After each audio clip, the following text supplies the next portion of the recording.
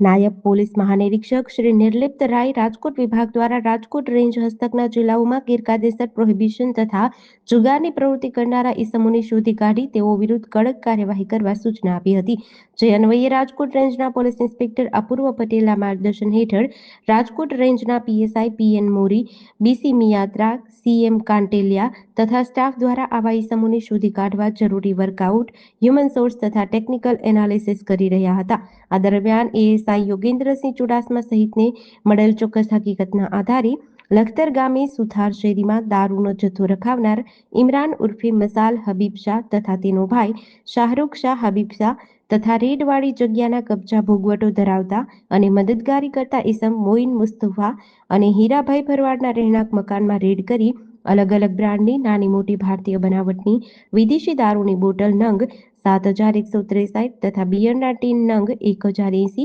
કિંમત ₹29,75,292 તથા મોટરસાયકલ તાલપત્રી મળી કુલ કિંમત ₹30,45,892 નો મુદ્દામાલ પકડી પાડી